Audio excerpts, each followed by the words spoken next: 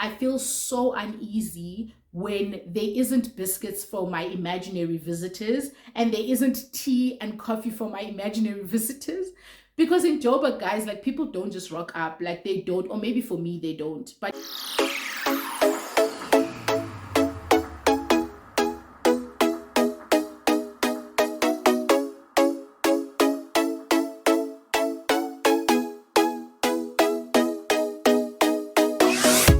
hi team, welcome back to another video and thank you so much for joining me yet again. If it is your first time here, andiswa.mojapelo, and on this channel we chat about all things related to managing your money and adulting in general. So if that sounds like your type of conversation, please make sure that you check out our other videos as well.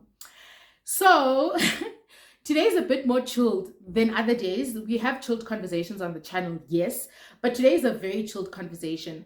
Guys, I am turning 29 this year.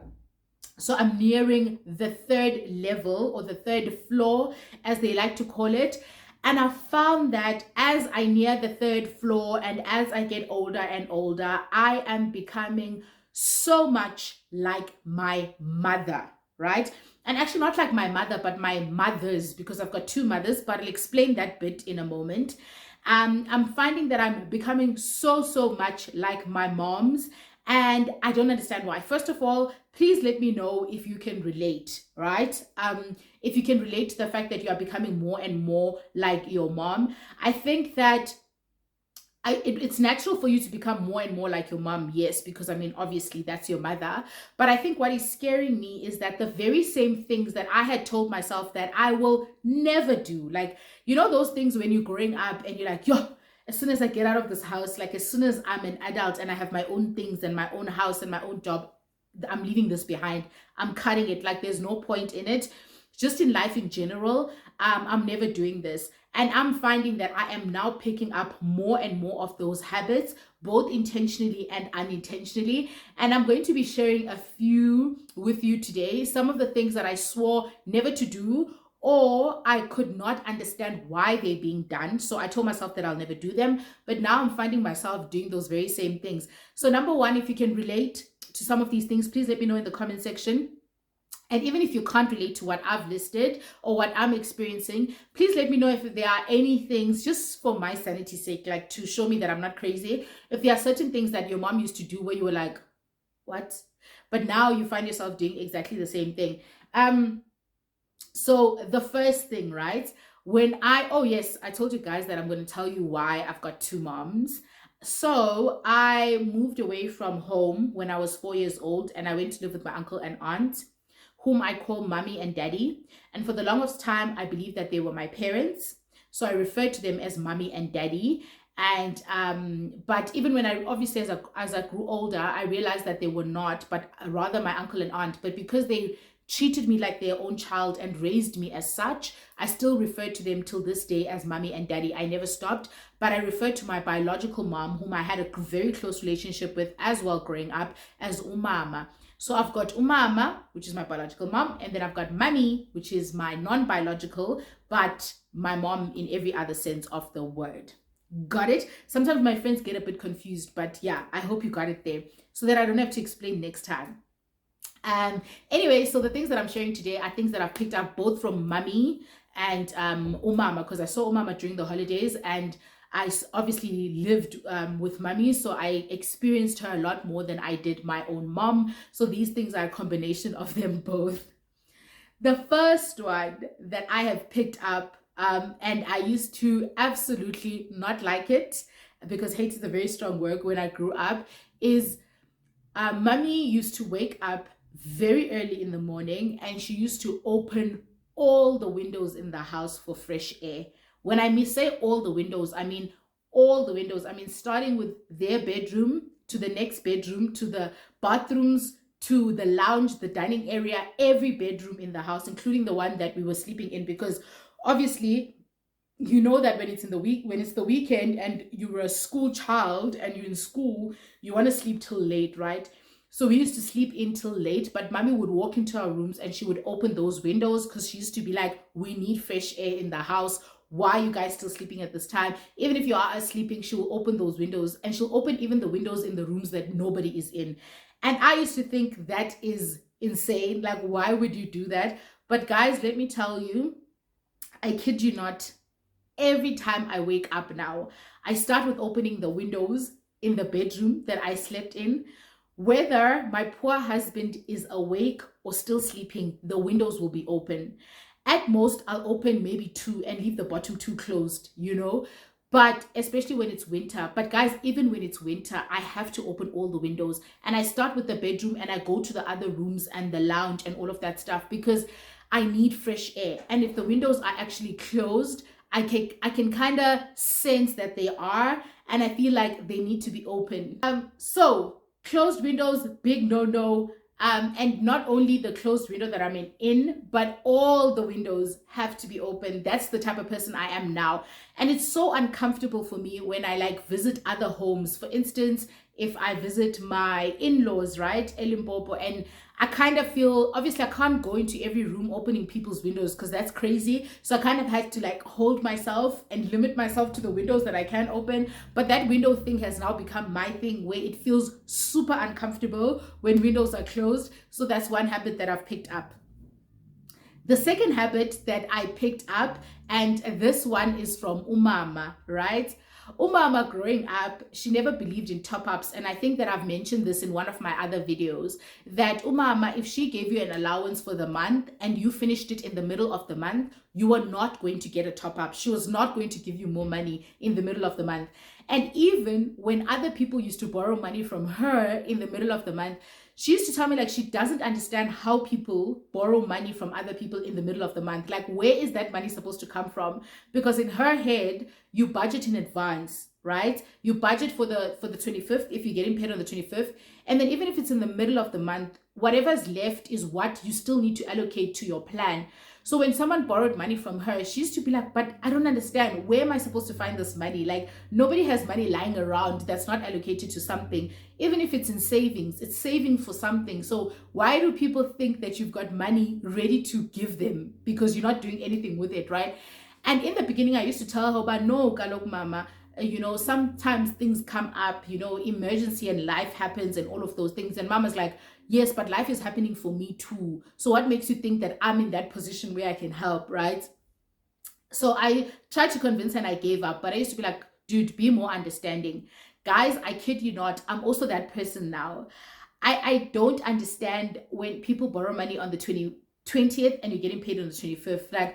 Everybody has a plan for what they earn, and even the money that they put it away for a specific purpose. So what makes you think there's money available? And I know that there are emergencies, but now I'm having to tell myself that there are emergencies. But before, I never used to understand. So I'm also of the notion that everybody has a budget and everybody has an income, and if you need my help, that's fine, but come in advance so that when I plan my things, I know that I need to accommodate you for the coming pay run. But now if you come 2 days or 3 days after the pay run, which part of my perfectly allocated budget is supposed to go to your need? That's number one. Secondly, you coming for money to me because you've got a need, but what makes your need better than my need? Because I obviously also have a need for the money that I earn, type of thing.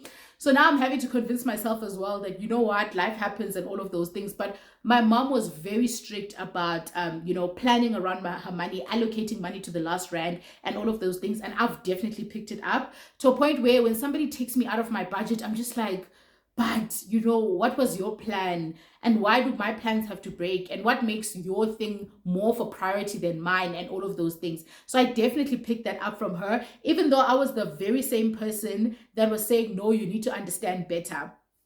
Okay, what is the third thing that I'm doing that I thought I'd never do? Oh, yes. So this one is from Mommy. No, in fact, it's from both of them.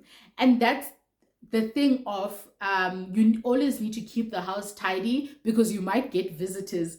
Guys, I'm always terrified of getting visitors, and I never get visitors unannounced, ever. Ever. And Mommy and Mama always used to say that you need to keep your place tidy because people could just rock up unannounced, and you need to make sure that when they do, stuff is in order. Fair enough, Emakaya, which is where Umama is, people would walk in and out all the time. all the time, right? So I understood to that extent. But in the suburbs, in Durban, where I grew up, I didn't understand why Mummy followed the same notion, because people weren't rocking up there, right? Like, we hardly had visitors. And when we did, they were announced well in advance, you know? So I didn't understand why we always had to pretend like there were going to be imaginary visitors dropping by unannounced. And we needed to make sure that the house was always tidy. But I kid you not, where we live now, it is within a complex, a boomed complex.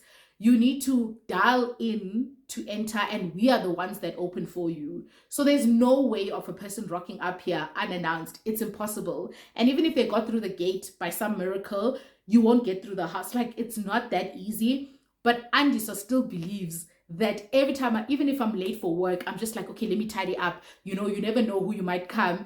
And then Vince will look at me like, who's going to come while you're at work? Like, which visitor is going to come while you're at work, and who are they coming for? How are they going to get in? But for the life of me, I feel like anybody could come at any time, and I always need to be prepared. And I'm always paranoid that I'm going to get visitors that never come, and I need to keep the house tidy just in case I do. I'm sure a lot of us can relate to that one. And then the other one, which is number 4, right? I said I'm going to name 5. The other one, which is number 4, which is a habit that I've picked up. And I think that habit has become a bit more laid back now that I'm in Joburg. And it's feeding people when they come to visit, no matter how long they're coming to visit or what they are there for. The way that I was raised, right?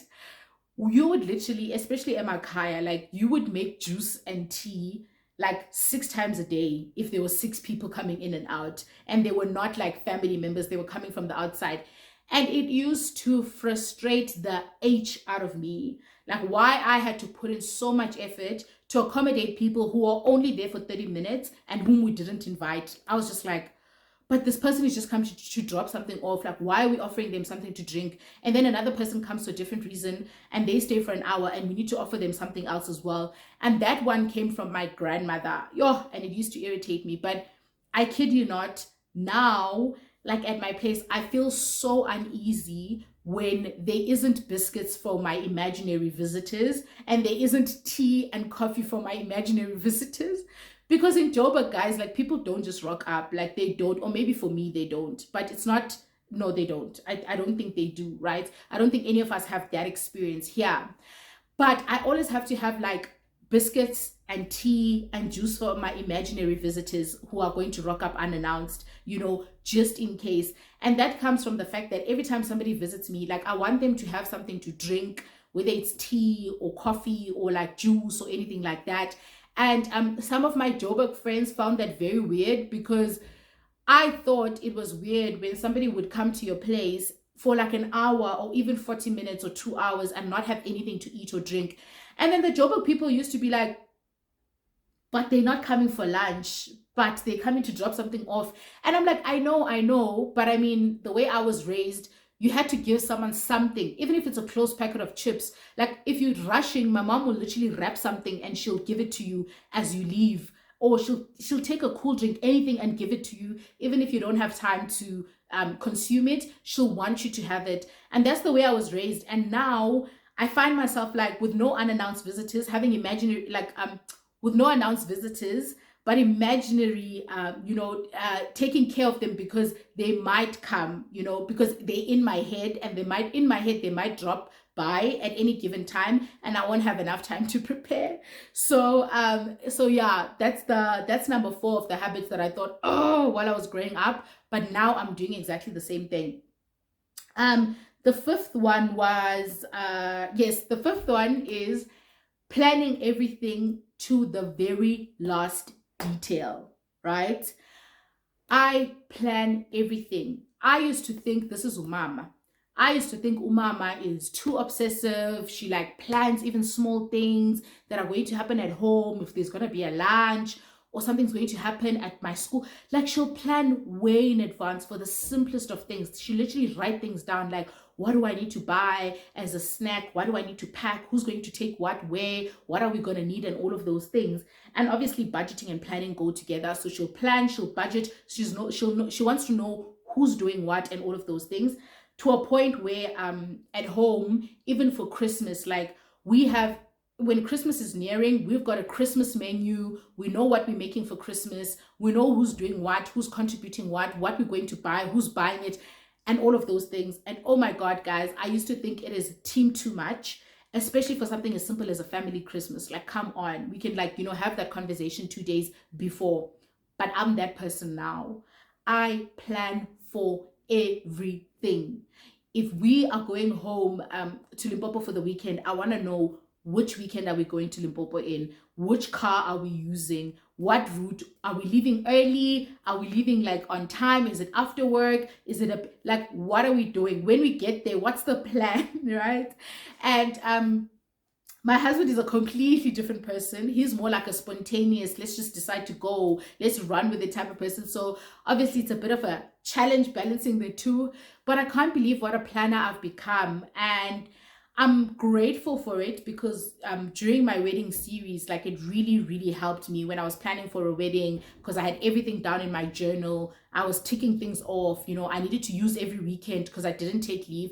So it came in handy, but it is insane how much I plan. I'll plan meals for the week. I'll plan any little task. Like, if something's going to happen, I'm with a pen and paper, just like my mom, and I'm noting down all the things that need to happen, who's assigned which task. It is absolutely insane. But that, I must admit, came in handy. And and those are the 5 things. Oh yes, here's a bonus one, right? That I actually shared with Daddy recently. So this is not my mom's now, this is Daddy. So my dad used to go to like school events and stuff like that when I was young, like parents meetings, awards meetings, because we were getting awards, duh. We used to get awards and stuff like that. So he'd go to those evenings, and my dad will not eat there because he wants to eat at home. So he'll go to the awards thing during the evening, but he'll literally have a glass of water or juice at most, and he will eat at home. He doesn't care what's like made at home on that specific day, even if it's what we call boring supper, but he wants to have his supper at home, on his plate, at his chair, on his table. He wants that for himself. And on the other hand, we used to be like, why on earth would you leave the biryani and all the nice curries and the finger foods and all of those things to go have what you have every Wednesday at home, right? That was me when I was growing up. But now, my most recent habit is that we have coffee machines for days at the office, right? I'm back at the office now, guys. Story for another day. But I'm back at the office now. And at the office, we've got Starbucks, and we've also got coffee machines, like free coffee machines for days, like different types, your mochachinos, cappuccinos, lattes, all of that fancy stuff. But I have to have the first cup of coffee from home. I like it black and strong with honey. I make it myself, and I have that. If I'm late, I will have that cup of coffee on my way to work because my husband drops me off, right? And I don't want to have the first cup of coffee at the office. I know there's coffee at the office, and I know it's exactly the same brand I use. And there are other fancy options, but I want my coffee, and I want it from home.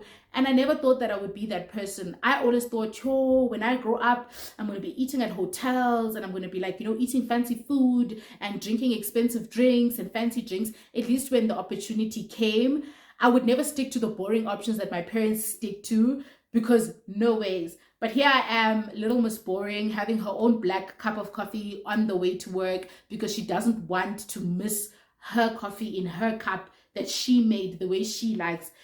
It's absolutely insane. Anyway, so I thought I would have that chilled conversation and tell you guys about some adulting things that I'm picking up that I never thought I would. But here I am experiencing them, like in the midst of them.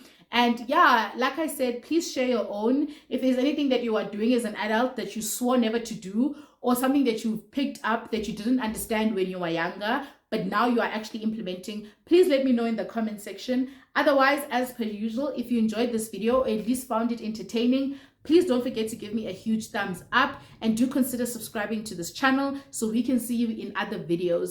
Bye.